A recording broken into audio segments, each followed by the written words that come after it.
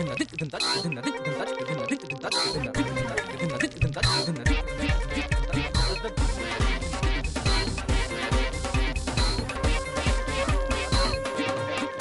علیکم خواتین و حضرات، حسب حال کے ساتھ حاضر ہے آپ کا میزبان جنید سلیم، اور شو میں میرا ہمیشہ کی طرح ساتھ دیں گی ناجی، اور ہم سب کو بہت عزیزی السلام علیکم۔ السلام علیکم خواتین و حضرات، اگر لوڈ شیڈنگ کی وجہ سے آپ کے پنکھے نہیں چل رہے، ایئر کولر نہیں چل رہے، ایئر کنڈیشن نہیں چل رہے، تو گھبرانے کی بالکل ضرورت نہیں، کیونکہ ساڈے بھی نہیں چل رہے۔ ویسے آپ فکر نہ کریں، حکومت کو آپ کی اور ہماری ٹینشن کی بہت سخت فکر پڑی ہوئی ہے۔ جو ہمیں یہ پرابلم ہے، حکومت نے بڑی اچھی پلاننگ کر لی ہے۔ بجلی تو بن نہیں رہی، اب حکومت نے وابڈا کے ساتھ مل کے یہ پلان بنایا ہے کہ ہر بجلی کے کھمبے کے ساتھ اس گرمی کی شدت کو کم کرنے کے لیے امبلی اور آلو بہارے کے شربت کی ریڑھی لگائی۔ میں نے کہا پتہ نہیں کون سا منصوبہ بتانے لگا۔ یہ شربت آپ کو انشاءاللہ 6 روپے فی یونٹ ملا کرے گا، اور اس الیکٹرک شربت کا بل بھی مہینے کے بعد آپ کے پاس آیا کرے گا، اور اس بل کے اندر 25 روپے ٹیپ ریکارڈر کی فیس بھی لگی ہوگی۔ وہ ٹیپ ریکارڈر جس میں سے ایک بندہ کہا کرے گا 6 روپے کا گلاس، 6 روپے کا گلاس، 6 روپے کا گلاس، 6 روپے کا گلاس، ٹھنڈا شربت 6 روپے کا گلاس، 6 روپے کا گلاس، 6 روپے کا گلاس۔ گرمی نے اس کی مت مار دی ہے۔ گرمی نے تو جو مت مارنی ہوتی ہے جنید مارنی ہوتی ہے، ہر دوسرے تیسرے ہفتے ایک بیان آ کے ہمارا بیڑا گرک کر کے نکل جاتا ہے، جیسے بابر اللہ نہیں آتا پیٹیاں شیٹیاں ٹریکٹر ٹرکٹر اڑا کے لے جاتا ہے۔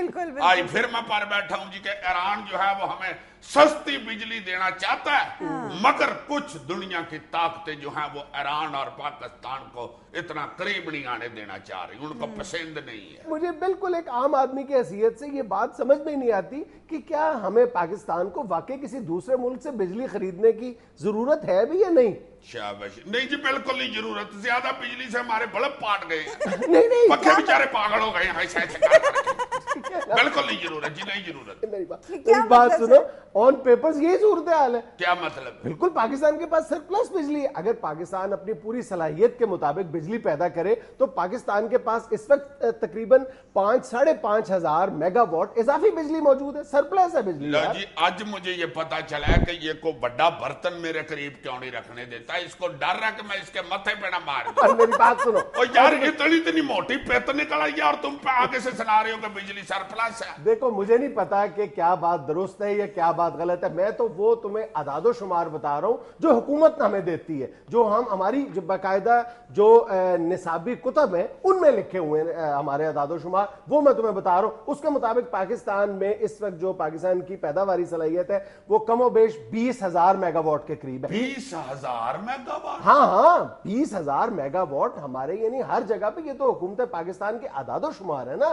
20,000 کا اگر آپ بریک اپ کرو تو ہائیڈل پاور کے ذریعے تقریباً 6,500 ہم ہائیڈل پاور کے ذریعے پیدا کر رہے ہیں، تھرمل پاور کے ذریعے 4,800 میگا واٹ پیدا کر رہے ہیں، اور اس میں سے کئی ایسی جو ہے اپنے طور پر مختلف ذرائع سے جو بجلی پیدا کرتی ہے وہ 1,700 میگا واٹ ہے، اور ایٹامک انرجی کے ذریعے ہم معمولی سی اپنی یعنی کل جو ہماری ضروریات ہیں اس کا بہت چھوٹا حصہ ہم نیوکلیئر انرجی کے ذریعے پیدا کر رہے ہیں، کم و بیش وہ میرا خیال ہے کہ 450 میگا واٹ کے قریب ہے۔ اس طرح یہ کل بنتی ہے 13,000 میگا واٹ، اور جو آئی پی پیز بجلی پیدا کر رہے ہیں وہ 6,500 میگا واٹ ہے، اور مجموعی طور پر یہ 20,000 میگا واٹ بنتے ہیں۔ اور لاسٹ ایئر پاکستان کی جو کل ضروریات تھیں پورے ملک میں وہ تھیں تقریباً 14.5 یعنی اپریل 2010 میں ہماری جو کل بجلی کی ضرورت تھی وہ 14,500 میگا واٹ تھی۔ اس طرح ہمارے پاس تقریباً 5 یا 5,500 میگا واٹ اضافی ہے۔